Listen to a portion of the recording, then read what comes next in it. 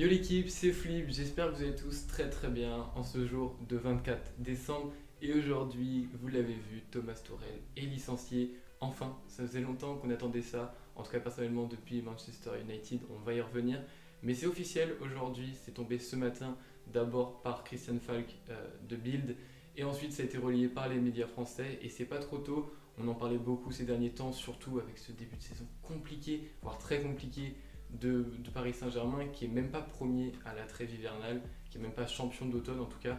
Et il y a des choses à dire là-dessus. Alors on se retrouve aujourd'hui pour une vidéo qui n'aura pas énormément de montage, mais j'espère qu'il vous plaira parce que c'est quand même un sujet que je me devais d'aborder en tant que fan parisien. Bon, déjà pour commencer, bonne fête à tous, puisque je ne sais pas quand vous verrez cette vidéo, mais aujourd'hui on est le 24 décembre, ce soir c'est le réveillon, demain c'est Noël, et le 31 arrive. Je ne pense pas qu'il y aura de vidéo d'ici fin 2021, où j'en ferai peut-être une petite dernière déjà pour vous remercier, parce qu'on est bientôt 1300, on est entre 1200 et 1300 abonnés.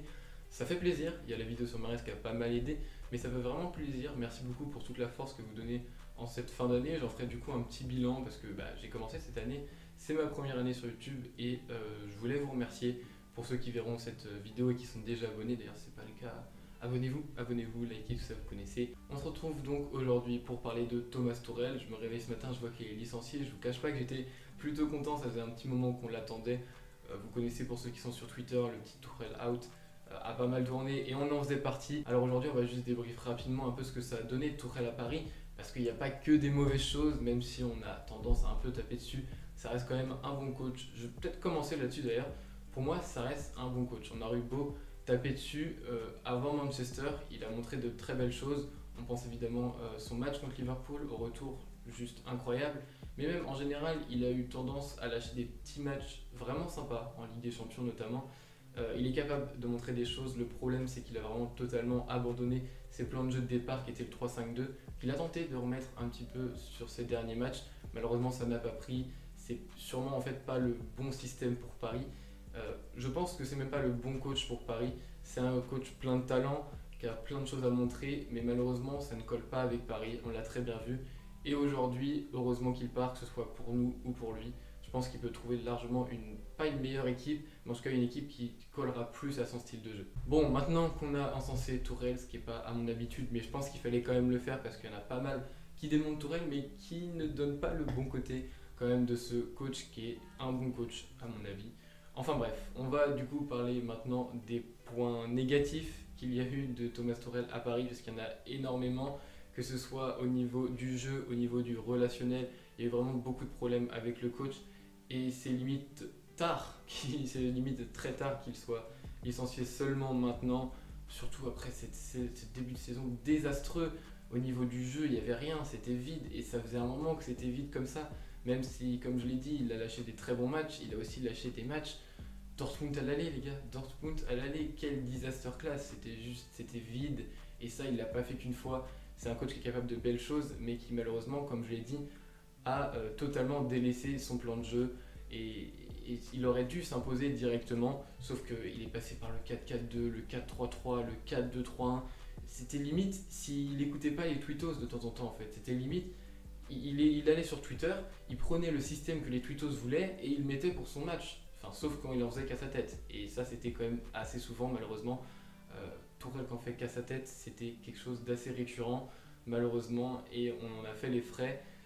Aujourd'hui, on n'est pas champion à la trêve hivernale, c'est quand même compliqué. En plus de ça, on connaît les problèmes en interne avec Leonardo notamment. On sait que les deux hommes ne s'entendaient plus très bien, donc c'est aussi pas mal que ça se finisse enfin. Leonardo est toujours en poste, Tuchel ne l'est plus.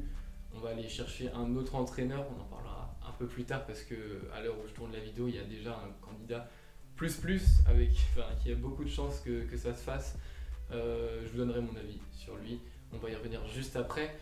En attendant, on va quand même continuer de lister les points faibles de Tuchel à Paris, parce que le problème, c'est qu'il y a eu un coach qui est venu avec des idées, un coach qui a fait des très bonnes saisons à Dortmund, qui vient mais qui n'est pas du standing de Paris. Et je pense que c'est là le problème, c'est qu'on a encore pris, après Unai Emery, un coach qui n'avait pas le standing de coacher des grands joueurs, de coacher Neymar, de coacher Mbappé.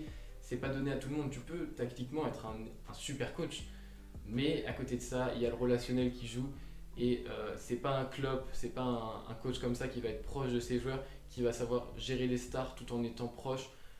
Pour moi, Ancelotti, c'était l'exemple parfait comme ça du coach qui peut coacher tactiquement, qui peut être très bon, mais qui aussi dans le relationnel va pouvoir apporter quelque chose, surtout avec les stars. Et malheureusement, c'est pas le cas de Tourelle et c'est très mal passé sur les 2-3 années, 2 ans et demi, je crois qu'il est resté. Ça s'est très mal passé. Enfin bref, Thomas Tuchel à Paris, c'est fini, enfin. Il y en a très peu qui le défendaient encore, donc je pense que la plupart des supporters parisiens seront contents. Je suis pas revenu sur tous les points, évidemment ça fait 2 ans et demi qu'il est là. Je vais pas faire une vidéo bilan comme ça, sans texte, sans le préparer.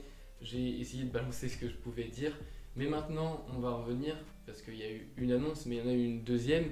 C'est le fait que Paris aurait déjà trouvé le remplaçant pour Thomas Tuchel, et je vous le donne en mille, c'est Mauricio Pochettino. Voilà, c'est une info qui est sortie ce matin, l'ancien entraîneur de Tottenham, de Southampton, Mauricio Pochettino, l'ancien joueur de Paris aussi, pour ceux qui ne le savaient pas. Je pense que ça peut être une bonne chose, c'est quand même un grand coach. Il a emmené Tottenham en finale de Ligue des Champions. Attention, il y a quand même une différence entre un très grand coach et un grand coach. J'ai peur que ça soit encore un coach qui va être assez limite. Mais de toute façon, on verra ça sur les premiers matchs. Premier gros test, évidemment, ça sera le Barça. On y reviendra. Je pense que je ferai une vidéo un peu à part pour présenter Mauricio Pochettino, voir ce qu'il peut apporter à Paris. Mais pour ça, il faut que j'analyse un peu de mon côté, parce que comme ça, à chaud, je doute que je puisse vous balancer une analyse sur Mauricio Pochettino. Je n'ai pas encore assez regardé de match. En tout cas, voilà, c'est un coach quand même de grand standing.